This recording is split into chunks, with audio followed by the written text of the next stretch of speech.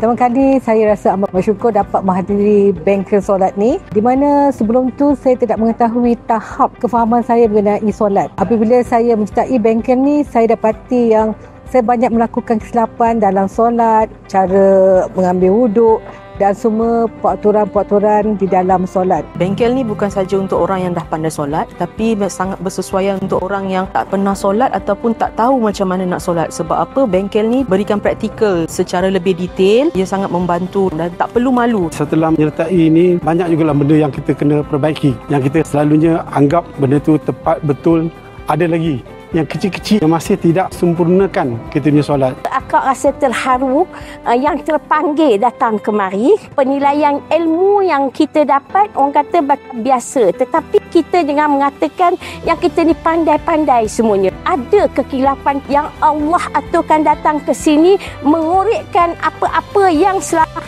ini kita tidak terbongkar. Alhamdulillah, dengan belajar dengan Ustaz Nurwan, saya menambahkan keyakinan saya lagi untuk beribadah kepada Allah, sebab satu-satunya solat yang sempurna saja yang akan diterima oleh Allah di akhirat nanti. Program ni bagus untuk kita datang sebab sebelum ni saya tak tahu pun banyak rupanya benda wajib dengan benda sunat yang kita confuse. So dekat kursus ni kita dapat tahulah. Jadi saya mana-mana kawan yang rasa-rasa ingin memperbaiki solat, sila hadirkan diri, kerana untuk menyempurnakan hidup kita, Allah suruh kita menyempurnakan solat kita. Kelas ni memang membantu orang-orang luar sana supaya sama-sama dapat membaiki solat dan beribadah dengan yakin dan sempurna. Itu yang penting dalam mendirikan solat fardu kita. Kita kena beramal dengan ilmu.